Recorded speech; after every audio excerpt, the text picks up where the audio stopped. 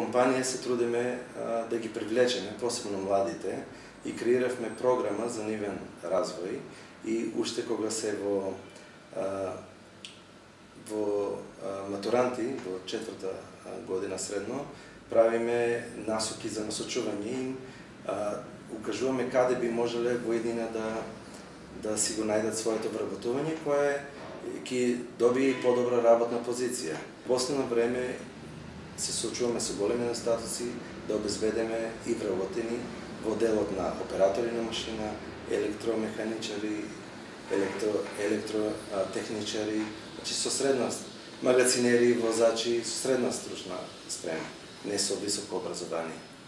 Еден новитет кој го воведовме, а тоа е внатрешна миграција, односно имаме дел на вработени кои ги транспортираме од поширокиот регион на Источна Македонија, па дури до Берово, Пехчево, Македонска Каменица, а имаме и можности да ги трајно доселуваме од тој регион, бидејќи тие луѓе таму се соочени со безработица, а Виница како поразвиено место има потреба од повеќе работници, им нудиме можност да дојдат да живеат во Виница. За таа цел ние сами нема да можеме тоа, потребно е да се изгради соодветна инфраструктура за да може да се прави таа внатрешна миграција. Оцелувањето е едно од економска природа, друго е и тоа што квалитетот на живот и општеството не соодействува со денешните потреби на младите луѓе. Ние имаме ситуации кога некои од добра работа, со добра плата, со 20 вработени ќе решат да се оцелат. Нивната прва причина е викат одам заради идењата на децата, одам ради подобро здравство, подобро образование, ради загаден воздух. Значи немаме ние позитивна клима за живот во нашата држава. Сметам дека најголем проблем за недостатокот на работна сила е иселувањето на луѓето од државата. Причините за недостатокот на работна сила денес влечат корења и во минатото, значи тоа е еден процес кој е започнат пред долго време и мислам дека вината не сме прстот да се вперува само во фирмите. Вината за иселувањето се дели кај помалку кај фирмите, помалку кај власта, а помалку и кај младите што заминуваат од државата. Фирмите треба да ја зголемат својата општествена одговорност и да вложуваат повеќе во човечкиот капитал, во развој на своите вработени. Платите се веќе во нагорна линија, дел од тоа е од притисок од самиот пазар, а дел е притисок од власта во вид на мерки како минимална плата или субвенционирање на дел од придонесите за раст на плати.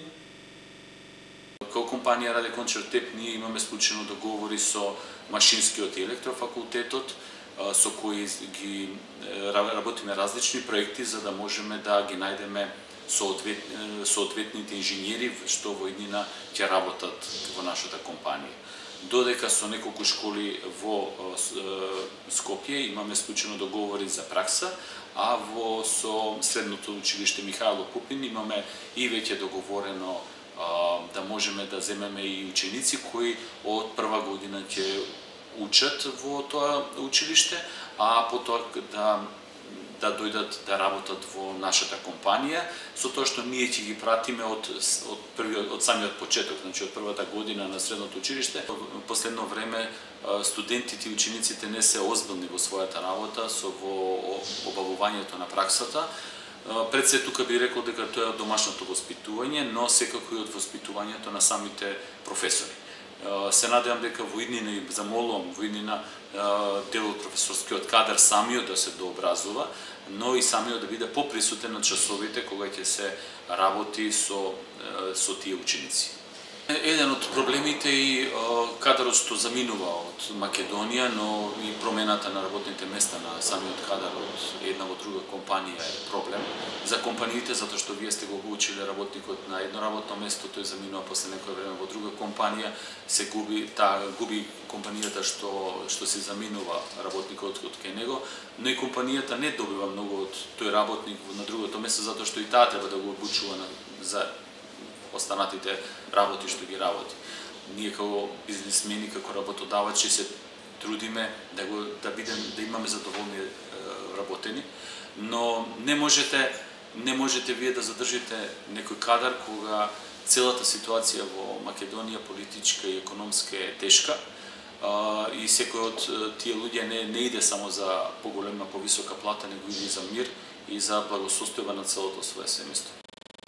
Бизнес секторот, доколку не размислува само од позиција на плата, значи размислува и од нудење на други погодности во работата, што дополнително здравствено осигурување, животно осигурување како полици, организирање на транспорт, заедничка искана.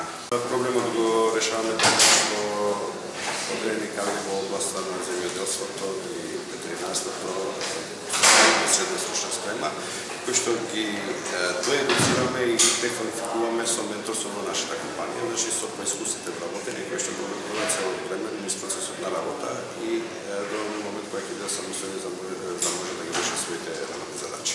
Ако порано да речеме би требало 2-3 месеца да преквалификуваме, може би сега да ги во ситуација дека тој процес ќе се малку подобро.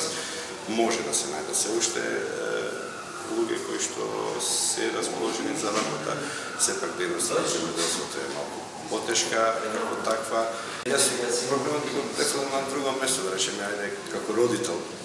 Нели ние сите сакаме за нашите деца да студираат, да завршуваат факултети, посебно во науки кои што се општествени, кои што има вишок, такви кадри во државата на пазарот на трудот, од друга страна чувствуваме недостаток на одредени кадри, посебно во стручното средно образование. Јас би сум ги поделил мерките за премостувањето на овој недостиг на IT секторот ќе зборам во три, да ги наречам, мерки: краткорочни, среднорочни и долгорочни. Долгорочните мерки мора да ги спроведе државата. Долгорочните мерки се однесуваат и на средно образование и на факултетско образование и мора озбилно да се направи некој концепт, што гледам дека веќе почнуваат министрите за тоа да разговараат, да се оди на дуално образование, па да се оди на средно образование кое што е со практична работа. Средното би сум кажал, среднорочните мерки би сум ги направил ние кои што се од 1 до 4 години, тука е само средното образование. Кажал само на краткорочните мерки со кои што се бават нашите IT образовни компании. Тоа се курсеви, кратки, месечни, тромесечни до годишни. Многу може да биде не само за IT секторот, тоа може па и кувари, конобари, што реков, па и заварувачи, може да стана 3 до 6 месеци. Меѓутоа, за жал, и овде е потребна неопходна помош од државата во едуцирање на тие стотици, можда и јадници луѓе. Посебно во нашиот сектор, каде сте стварно добрите стручњаци, да, тоа стануваат после 5-7 години, зимаат стварно и од 500-2000 евра. И тоа може од малите места со новите, да речеме, азул курсеви, клауд решенија, можат и од малите места ова да го работат и да одржуваат системи негде во Европа или во Америка, што и денеска ни се случува. За жал, во последните 10 години, ние на што многу реагиравме, единствена клучна мерка за тоа дали вие ќе добиете јавна набавка или тендер беше најниска цена. Што значи дека државата се определи да оди на квантитет, да оди на брз развој и се определи да гради ефтино, а не квалитетно. Од тој аспект ги рачунаме дека тука се изгуби голем дел од кадарот, оние што беа квалитетни беа обесправени. Значи не може да дојдат да се истакнат, не може да процесите ги следат, некои од нив се откажаа, некои се разочараа, но градежништвото е моцна специфична гранка, тоа што може да го направи добар паметен работник, иновацијата може да спроведе, не може да спроведе машина. И цврсто стоиме за ставот дека социјалната политика баш во гранката на градежништво нема да помогне толку колку што би помогнала некоја предприемачка политика. Најголемо е прашање како да ги задржиме ние добрите мајстори, добрите техничари, добрите инженери. Како оној мајстор што успеа од сега да зема плата не минимална, што успеал да зема 20-24.000, како да го не го подобриме, како он да зема 30.000, 36, 40.000 и да остане во Македонија.